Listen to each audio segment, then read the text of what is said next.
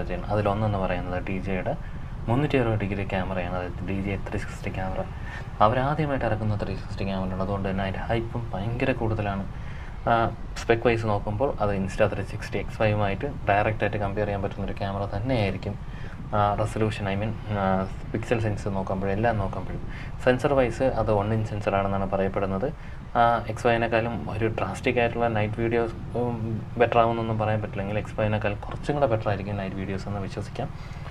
Positive side എന്ന് പറയുന്നത് 10 bit video recording വരുന്നുണ്ട്, ഡീലോഗ് റെക്കോർഡിംഗ് വരുന്നുണ്ട്. അതുകൊണ്ട് കളർ ഗ്രേഡിംഗ് ബെറ്റർ ആയിരിക്കും.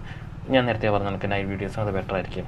അതല്ലാതെ ഒരു ഹ്യൂജ് ആയിട്ടുള്ള മാറ്റം എന്തെങ്കിലും ഉണ്ടോ എന്ന് അറിയണമെങ്കിൽ ഡി ജെ അത് ലോഞ്ച് ചെയ്തിട്ടതിന് ശേഷം മാത്രമേ നമുക്ക് അറിയാൻ പറ്റത്തുള്ളൂ.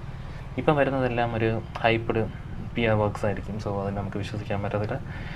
പിന്നെ അതിൻ്റെ മൈക്ക് സപ്പോർട്ട്, ഞാൻ എപ്പോഴും പറയാം ഡി ജെ പ്രൊഡക്ഷൻ്റെ മൈക്ക് സപ്പോർട്ട് ഭയങ്കര സപ്പോർട്ടിംഗ് ആണ്. ബട്ട് ഇതിലൊരു കുഴപ്പമെന്ന് പറഞ്ഞാൽ നിങ്ങൾ ഡി ജെ മൈക്ക് യൂസ് ചെയ്യുന്നവരാണെങ്കിൽ മൈക്ക് കൊണ്ടാണ് യൂസ് ചെയ്യുന്നതെങ്കിൽ